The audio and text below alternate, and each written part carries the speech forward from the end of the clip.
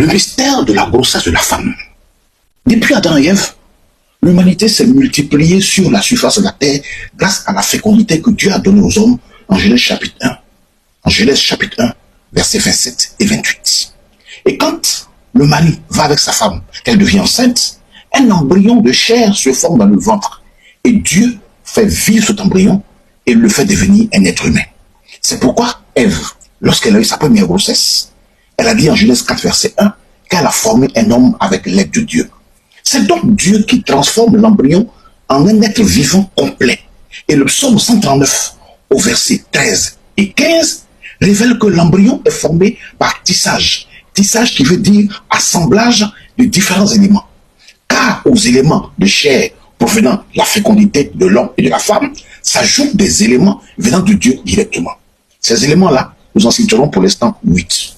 Le premier élément est le souffle-vie que Dieu donne aux hommes selon Ésaïe chapitre 42 verset 5. Ce souffle qui rend vivant l'homme et que l'homme expire en mourant selon Genèse 25 verset 8.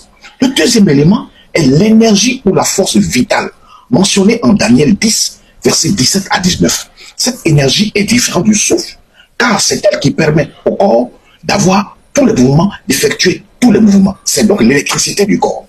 Troisième élément, c'est l'âme. L'âme qui réside dans le sang, selon Lévitique 17, verset 11. C'est par l'âme que nous avons conscience d'être vivants, selon Genèse 19, verset 20.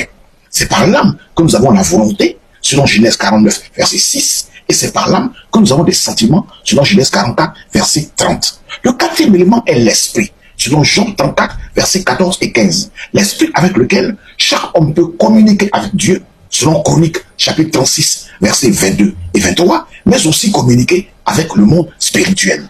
Le cinquième élément, c'est l'intelligence, selon Job, chapitre 32, versets 8 et 9. L'intelligence est la capacité de comprendre, de réfléchir et d'apprendre.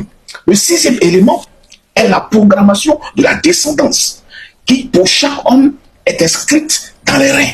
Chaque homme a son programme de descendance inscrit dans ses reins, selon Hébreux chapitre 7, versets 5 à 10. Et cette inscription de la descendance, la programmation de la descendance, est faite par Dieu lui-même pendant la formation du fœtus, selon le psaume 139, verset 13. Le septième élément est la durée de vie sur terre de l'homme qui est fixée par Dieu pendant la grossesse, selon psaume 139, verset 16. Seul Dieu peut conserver cette vie, selon le psaume 41, verset 2, ou même la prolonger, selon 2 Rois, chapitre 20, verset 1 à 6. Le huitième élément est le destin, ou le plan de Dieu pour notre vie, selon Jérémie 1, verset 4 et 5, et selon Romains chapitre 8, verset 29. Mais l'accomplissement de ce plan de Dieu dépend étroitement de notre comportement, dépend étroitement de notre relation avec Dieu. Voici les 8 éléments avec lesquels Dieu forme l'homme pour devenir un être vivant complet. Que Dieu te bénisse au nom de Jésus-Christ. Amen.